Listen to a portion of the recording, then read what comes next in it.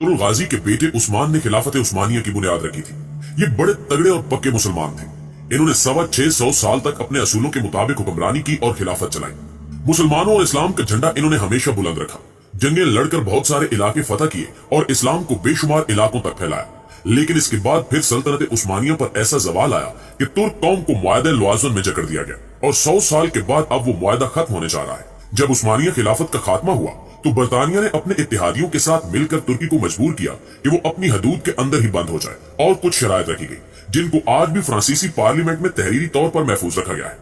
ये मुआहदा जिन शराइत पर हुआ वो शराइत ये है, खिलाफत उस्मानिया खत्म कर दी जाएगी। उस्मानिया खिलाफत जब खत्म हुई तो इसके जानशीनों को कत्ल किया गया, इनको जिला वतन किया गया और इनके असासे जब्त कर लिए गए। ये असासे जब जब्त किए गए तो 3 बरआज़मों के अंदर बेशुमार मालो दौलत थी, बहुत सारी जायदादें थी जो सारी बरतानिया और इसके इत्तेहादियों के पास चली गई। इसके बाद तुर्की को एक सेकुलर रियासत बना दिया गया, उसमें से इस्लाम को खत्म कर दिया गया और खिलाफत के ऊपर पाबंदी लगा दी गई। इसके बाद एक और पाबंदी ये लगाई गई कि तुर्की पेट्रोल नहीं निकाल सकता, यानी तुर्की ना तो अपने मुल्क से और ना ही अपने मुल्क से बाहर कहीं से मादनियात निकाल सकता है। ये बहुत बड़ी ज्यादती थी क्योंकि तुर्की की जमीन के अंदर तेल मौजूद है, इसके बावजूद वो दूसरे ममालिक से तेल खरीदने पर मजबूर है। तुर्की के पास एक बास्फोरस समंदर है और साहिल समंदर एक बहुत ही जबरदस्त बंदरगाह है। इसको बैनुल अक़वामी करार दिया गया है, यानी कोई भी यहाँ से अपनी मर्जी से आ जा सकता है और तुर्की किसी से भी टैक्स नहीं ले सकता।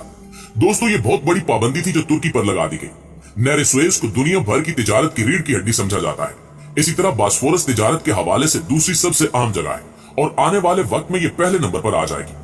अगर आपने कभी उम्रा या हज किया हो तो आप तुर्कों को वहां पर उम्रा या हज पर आते हुए देखें तो उनके हाथ में एक नक्शा होता है, क्योंकि इन्होंने बहुत अरसे तक हिजाज मुकद्दस का कंट्रोल अपने पास रखा, यानी खिलाफत उस्मानिया में सऊदी अरब का इलाका तुर्कों के कंट्रोल में था।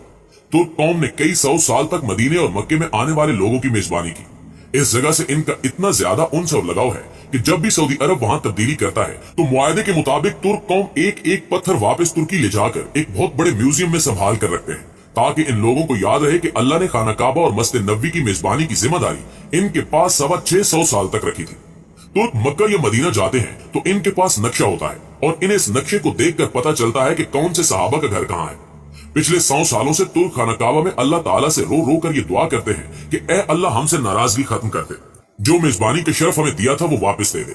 तुर्क सदर रजब तैयब उर्दगान ने एक मुल्की कॉन्फ्रेंस में इस बात का इजहार भी किया था कि मुआहदा लवाज़न के खत्म होने के बाद वो मक्का और मदीना का कंट्रोल वापस लेने के ख्वाहिशमंद है, जबकि ये तासुर भी पाया जाता है कि तैयब उर्दगान इस कंट्रोल को हासिल करने के लिए सऊदी अरब पर चढ़ाई भी कर सकते हैं। ताहम ये तो आने वाला वक्त ही बता सकता है।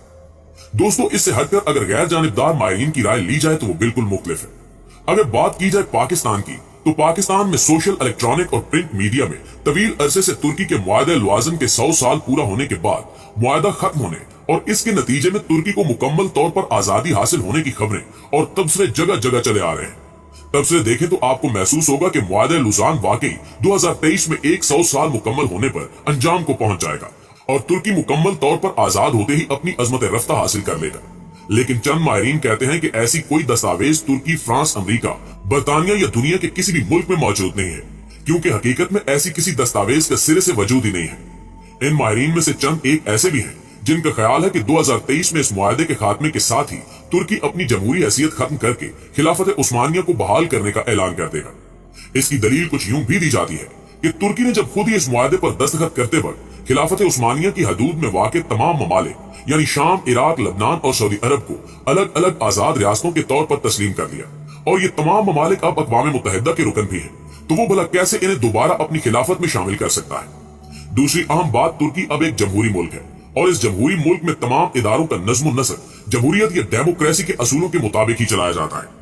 पाकिस्तान के माहिरीन भी इस बात का दावा करते हैं कि तैयब उर्दगान 2023 में दोबारा सदर मुंतखब होने के बाद मुल्क में खिलाफत बहाल कर देंगे। वो ये बात भूल जाते हैं कि उर्दगान ने कभी खिलाफत कायम करने का ऐलान नहीं किया, क्योंकि इन्हें इस बात का अच्छी तरह एहसास है कि वो खुद भी जमहूरी तरीके से मुंतखब होकर आए और अगर इन्होंने अवाम से खिलाफत कायम करने का वादा करते हुए सदारती इंतखाबात में वोट लेने की कोशिश की तो वो किसी भी सूरत इतने वोट हासिल नहीं कर सकेंगे कि एक बार फिर सदर मुंतखब हो जाए। इसी तरह पाकिस्तानी माहिरीन का ये दावा भी बड़ा मज़क्का खेज है कि तुर्की को अब तक मुआहदा लुज़ान की रूह से अपनी सरजमीन से पेट्रोल या मादनियात निकालने की इजाजत हासिल नहीं है, जबकि इससे आजादी हासिल करने वाले तमाम अरब ममालिक जिनमें इराक और सऊदी अरब पेश हैं, बड़े पैमाने पर पेट्रोल निकाल रहे हैं। इनके लिए अर्ज है कि मुआहदा लुज़ान 143 सिकों पर मुश्तमिल है, क्या इन्होंने इस लुजान अमन मुआहदे की तमाम शिकों का जायजा लिया है? हम यकीन से कह सकते हैं हरगिज नहीं, क्योंकि इन शिकों में ऐसी कोई शिक मौजूद ही नहीं है और माहिरीन सिर्फ सुनी सुनाई बातों पर यकीन करते चले आ रहे हैं। तुर्की अपने क्याम से ही अपने कुदरती वसाइल खास तौर पर तेल और मादनियात के हवाले से खुद मुख्तार है, बल्कि जहां तक मादनियात की तलाश का ताल्लुक है तो तुर्की दुनिया में वो वाहिद मुल्क है जहां से बड़े पैमाने पर मादनियात जो ज्यादातर तवानाई की जरूरियात पूरी करने के लिए इस्तेमाल की जाती है वो दुनिया के मुख्तलिफ ममालिक को बरामद किया जा रहा है। और बोर मादनियात में तुर्की इस वक्त 73% पैदावार के साथ पहले नंबर पर है और दुनिया की बोर की 59% जरूरियात को अकेला ही पूरा करता है। इसके अलावा तुर्की में बड़े पैमाने पर तांबा, कोयला, सोना, क्रोमियम, मैग्नीशियम, मरकरी, लोहा, गंधक, नमक और दीगर मादनियात को भी निकाला जा रहा है। नाज़रीन, खिलाफत उस्मानिया जिसने 10 अगस्त 1920 में मुआहदा सेवर की कड़ी शराइत को कबूल करते हुए अपनी सरजमीन के बड़े हिस्से जिसमें शाम, इराक, ट्यूनिस, अलजायर, लीबिया और सऊदी अरब जैसे ममालिक को 3 मगरबी ममालिक बरतानिया, फ्रांस और इटली के हवाले कर दिया था, जिस पर अवाम ने न सिर्फ इस मुआहदे को मुस्तरद कर दिया बल्कि सुल्तान के खिलाफ बगावत करते हुए गाजी मुस्तफा कमाल पाशा की क़यादत में अवामी फौज तश्कील दी और मुल्क में जंगे निजात या जंगे आजादी का आगाज कर दिया। मुल्क की आजादी के जज्बे के साथ लड़ी जाने वाली जंगे निजात के दौरान इत्तेहादी ममालिक को कई एक महाजों जिनमें मार्के चनाब भी शामिल है इसमें शदीद अजीमत उठाना पड़ी। इन फतुहात ही के नतीजे में इत्तेहादी ममालिक अतातुर्क के साथ मुज़ाकरात करने पर मजबूर हुए। अतातुर्क एक किताब में लिखते हैं कि मुआहदा मोन रूस के बाद इत्तेहादी ममालिक ने तुर्की को 4 बार अमन मुज़ाकरात की पेशकश की और उन्होंने 3 बार तुर्क कौम की ख्वाहिशात का एहतराम न करने पर इसे मुस्तरद कर दिया।